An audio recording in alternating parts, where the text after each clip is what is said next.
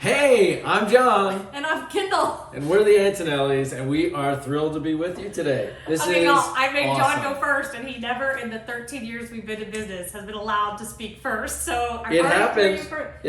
I did it. You know what? I stepped up. I was giving you the microphone first because we're celebrating fathers. Oh my gosh, that's right. And I am a father. It works out really well. That is awesome. That's Thank totally you. why. Thank you for giving me that microphone. I'm just going to keep the microphone. No, you're not. All right. Welcome, Cheese Club members. If it's your first month, we are so excited to have you. We hope you stick with us for lots of more good stuff, yummies to come.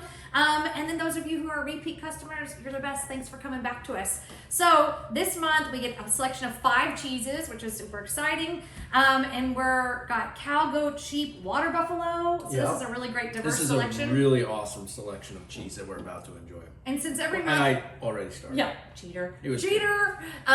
This month it's Father's Month. Father's Day is this month in June. Yes. Words, Kendall. I'm excited. We're moving fast. End of year activities. Our kid graduated from 5th grade last week. So what are we doing? Celebrating fathers, but I told John, I was like, okay, you can't celebrate fathers without celebrating mothers first. So we did not do a Mother's Day collection in May. That's fair. We have honored many women behind the wheels, but I thought I would give a quickie and just say that actually, historically and traditionally, depending on which style of cheese, it was often women who were the cheesemakers. Why? Because men were out tending to the pastures and to the lands and bigger herds, and it was women who were actually then taking that milk back and making cheese and turning it into food for the family.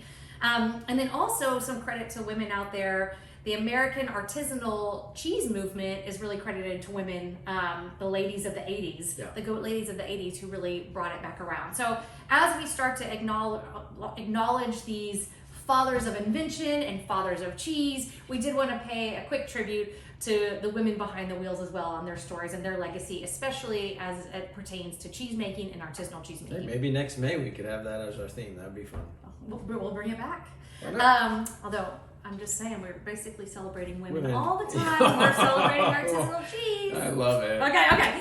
About this cheese collection, we've got some great ones. You want to start us off with some oldies and some new ones that, I had to sneak that bite of feta because it looks so good. On our plate, the brine is sort of seeping out onto this cutting board, and it was just kind of calling my name. It is a beautiful feta. And what you want to get out of feta is a really broad category. It's a historically significant cheese because it was stored in brine. It was one of the first cheeses that could be transported using these potteries, some ceramic bowls and things, and it could be transported on ships fairly easily. So it was one of the kind of the first and youngest styles of cheese to be made and moved regionally within the Mediterranean area.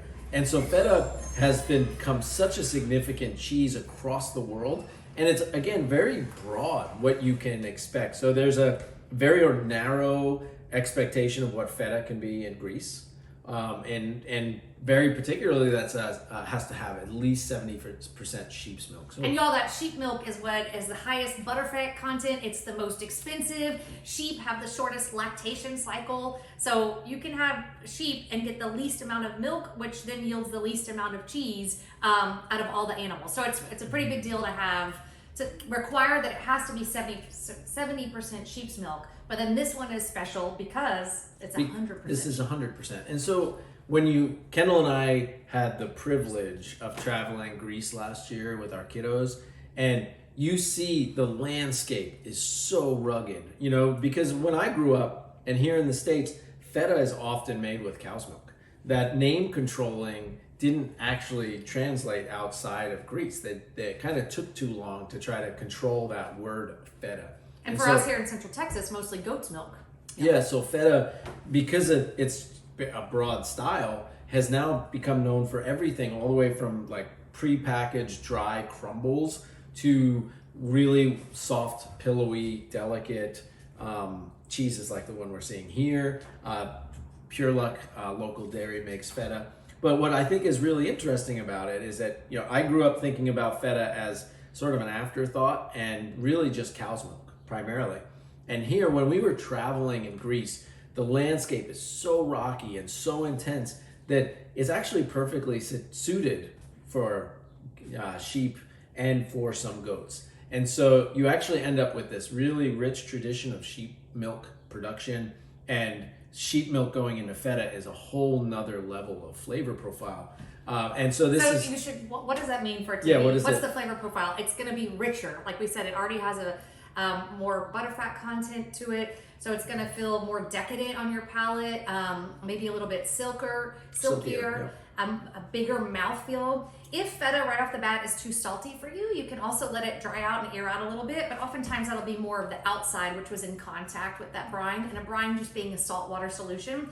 And we call feta a fresh cheese, even though it is aged. And the reason why we call it a fresh cheese is you're really trying to capture it in that fresh state by preserving it in a brine. So it's still aged out some, and in fact will take on some different characteristics as it ages out longer in brine, but you're really capturing it in that fresh state. So yeah, so take a bite of this one, cut it up. Here you can see we kind of cube some of it up. That liquid is going to be very salty. It's got a high salt content to it. That's the preservation technique for this. That's why it can last so long, is because the brine is so salty.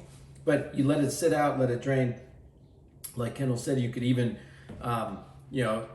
think about using this because of that salt content, right? Yeah. Like that use that famous- as a part of the tool. That famous TikTok video that was viral a couple years ago was about the feta baked dish feta. in the oven, which this would be great for. However, I would say go buy some cheap, inexpensive feta to do that with and eat this straight up. And in Greece, everywhere we went, literally everywhere had a Greek salad, but every place had their own spin on it. And it always, though, had feta and tomatoes. Olives. Some had onions, some had cucumbers, some had olives, but some had bell peppers. But the two things always on every Greek salad were good tomatoes and feta. And the coolest presentation to me was not little crumbles down in the bottom. It would be a whole slab of feta right on top. So it'd be your tomato veggie salad and then a slab of feta on top, and then you break into it. And so next time you serve a Greek salad, try to serve it that way, where it really honors the piece de resistance that feta is. With a little olive oil, it all comes together. So good. Okay, now we spent all of our time on cheese number one.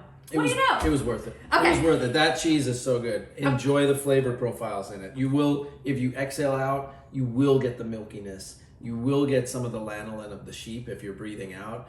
And those flavors they've got such a deep note. That's fantastic. Honey. And it will be preserved as long as you keep it covered in brine. All right, let's move to cheese number 2. That's awesome. This is Oma. This is one of my favorite cheeses. Don't tell everybody else. But when people say, I never answer what's your favorite cheese, but if you're like, what are your favorite 8 cheeses? Oma's going to be in it. It doesn't mean it's number 8. I just need multiple range to not rate them. We have a washed rind cheese. What are your visual cues to that? You see that it's this sunset hue on the outside. So it means it is also washed in a brine solution. It isn't soaked in it and stay in it. Instead, they just wash it and give it a little bath here and there to encourage the growth of these bacteria known as B. linens. Ooh, and they're what make it really pungent and funky. So give that rind a smell. It's a totally edible rind. I love it. But what that does is create a really meaty flavor of a cheese. So bacony, woodsy, sometimes like French onion soup, because you just get this umami section to it, flavor to it. Yeah, there we go. This is from the Von Trapps. Yes, those Von Trapps. The hills are alive with the sound of Oma. So Oma means grandma in German. Don't eat the rind right away. Start with the inside first. And if you're wondering, well, why are we talking about grandma for a Father's Day? Well, Sebastian Von Trapp is the one who really picked up and started the cheese making operation at the Von Trapp family farmstead here in the United States. And so this was his homage to grandma. I'm always like, what does that say about grandma? But there are some German cheeses that have a really rich tradition of being like Munster. Not deli Munster, but real Munster is a stinky, pungent cheese. And so I think there's an homage there to that tradition and that German lifestyle. But give it it's 100% cow's milk. And honoring some other fathers in the process, Sebastian with his wife Molly, not to be left out, 50-50 partners, hello. They made this cheese, but they teamed up with the Keeler brothers at the Cellars of Jasper Hill. And so Andy and Matteo Keeler are also 2 fathers, and I would say are fathers of invention in the United States as well. And they looked at the Vermont landscape and realized that so many people were leaving it, and they wanted to do something to help this area that they grew up in. And so they researched all these different models, and then they said, okay, well, let's do this artisanal cheese making, and now have created hundreds of jobs for everybody in that community. And one of them specifically was blowing out the side of these hills, creating these affinage or cheese aging caves, which are unlike any others like them in the United States.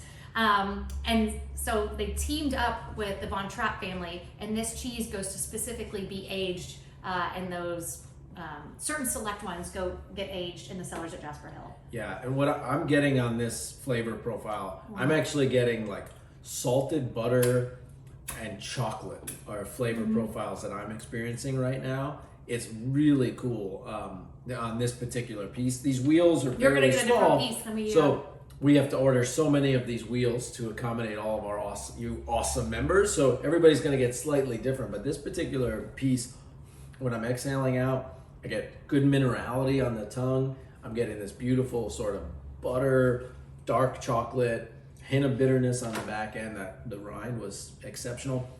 And so I'm going to take a second to talk about two pairings that I think is really fun here. So we have some, for those of you that did the slightly larger box with the pairing add-ons, in this month, was a last minute addition, and because they're going out of business, y'all. So and so we were sad. like, wait, we've got to include them and celebrate them, and we've had a long history trajectory with Kelly Mays. The very first time Ellen walked into our shop, this would have been like 2015, 2016. Kendall and I weren't there. She handed free samples to the team and said, try these caramels.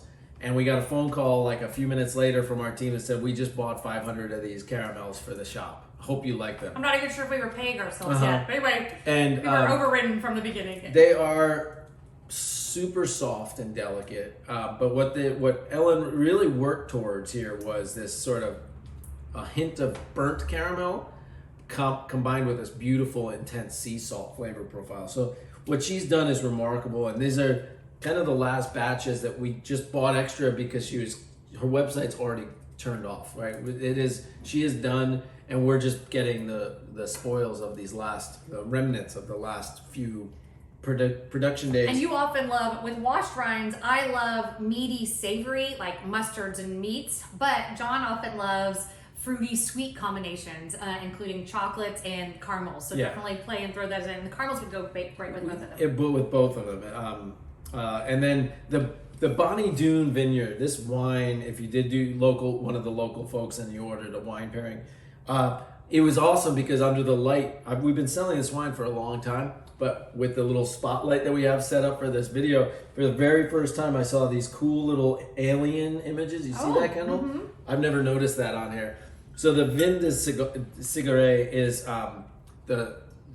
it has to do with aliens. So the cigarette is slang for UFO, and a vineyard in France in the Châteauneuf de Pape, or a village, created an ordinance that alien spaceships aren't allowed to land in their vineyards. And so they're really forward thinking. And so this is a vineyard in Central Coast that wants to aspire to be as forward thinking as creating laws around alien spaceships landing. But a really light rosé. It should be very delicate on the palate. Typically, when we think about color variation, we have pretty strong cheeses on the board. Even our fresh cheese, because of that big salt content, these need to have some flavor profiles that are a bit more intense to stand up to them, and that's why rosé was the right play, not starting with like a sparkling white or a white. And I honestly think with our two wine selections, it's still about letting the cheeses shine. All right. Okay, we gotta so move it, John. our third cheese, Maharata Corrado. This is one of our all-time favorites. It is a goat's milk cheese that's made in the Canary Islands. The Canary Islands were really struggling. Smell it. I even smell a sweetness on it. And like coconut. Mm-hmm. So we used to sell Maharero as one of our all-time favorite cheese, and we couldn't get it for a long time. Now we're able to get that again, but we started here with the Maharata. And you can't eat it unless you go, Maharero, Maharero. Just brings back great great memories. We used to Like sell. we get banana peel on there. We used to sell the semi-soft version. The Corrado, a little bit more aged. It's drier, sticking to the teeth. So the texture is a little bit more fun. And on the outside is rubbed the pimenton, so that flavor profile or the aroma will settle into the butter fats inside the cheese. So you get this really amazing combination. What they've done for these islands, for the industry, is remarkable. They've really brought people up with them. And wait, it's fun to compare. Now you've done a sheep, a cow, a goat, and that goat's milk is known for being more acidic and not like, indigestion, acid reflux, not like that, but instead it's like produces saliva on your palate. So after I've eaten it, I want to keep diving in for more and drinking some more of my rosé wine and diving into the meat.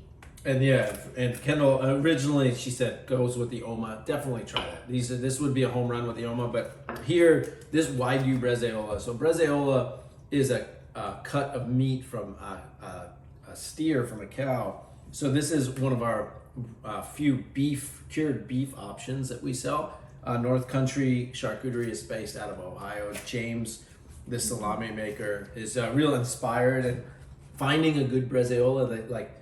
You see Bresiola historically in like Argentina, where there's like big beef populations and Italian immigrants, and additionally being moving Italian.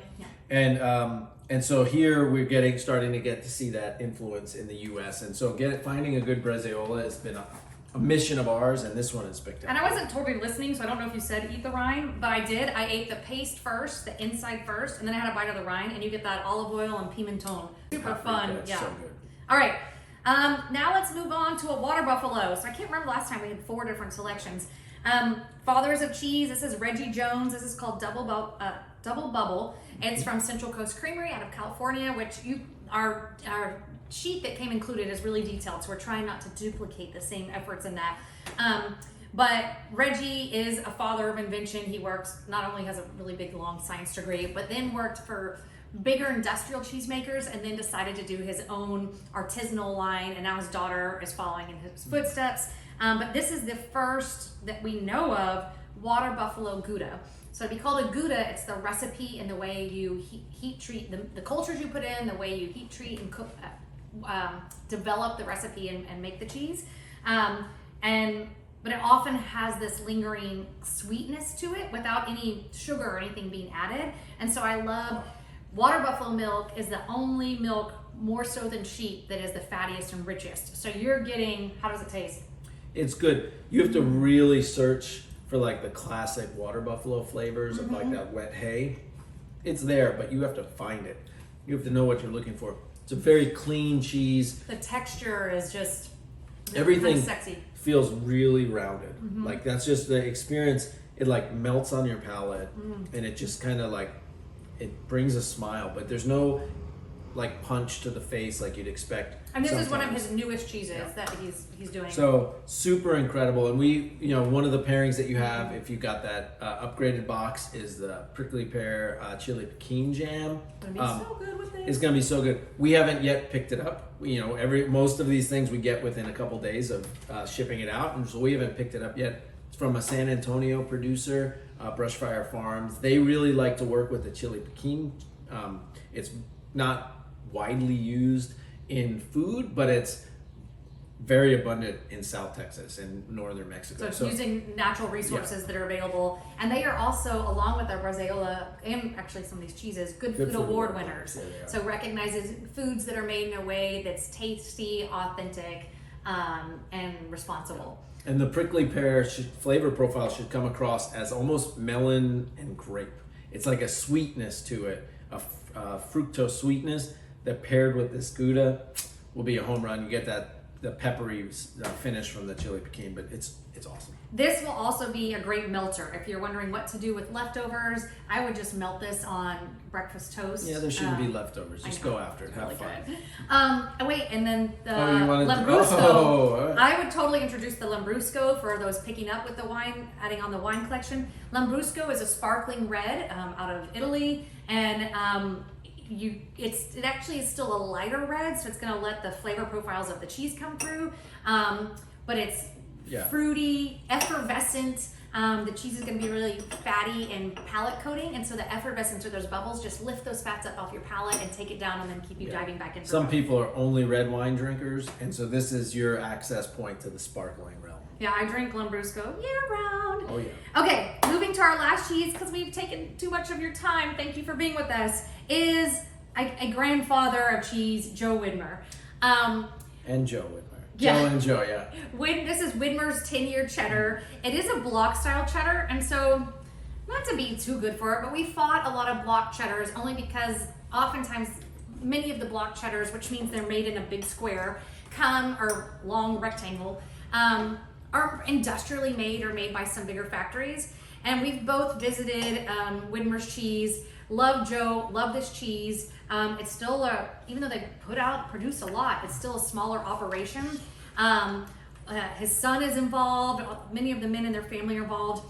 And this 10-year we've specifically selected. We like the 10-year version. He has multiple different years, ages, and ranges. But this is about as close, I say, to sucking on grapefruit as you can get. But it's not that it tastes like grapefruit. It's just that enjoyable mouthfeel, bitter bite in a good way. This is a cow's milk. Why is this cheese orange?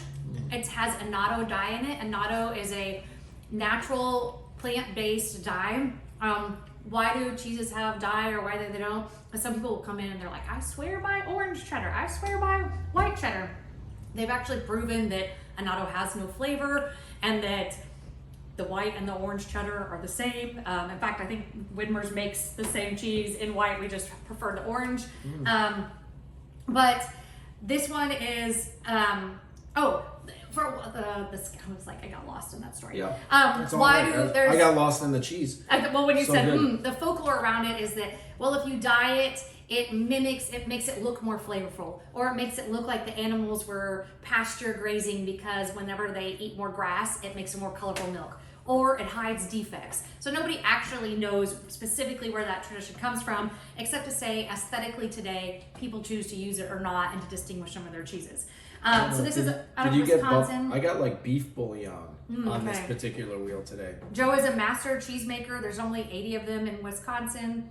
It's a great cheese. Go visit the Widmer's cheese cellars. He grew up on in the house above the cheese making facility.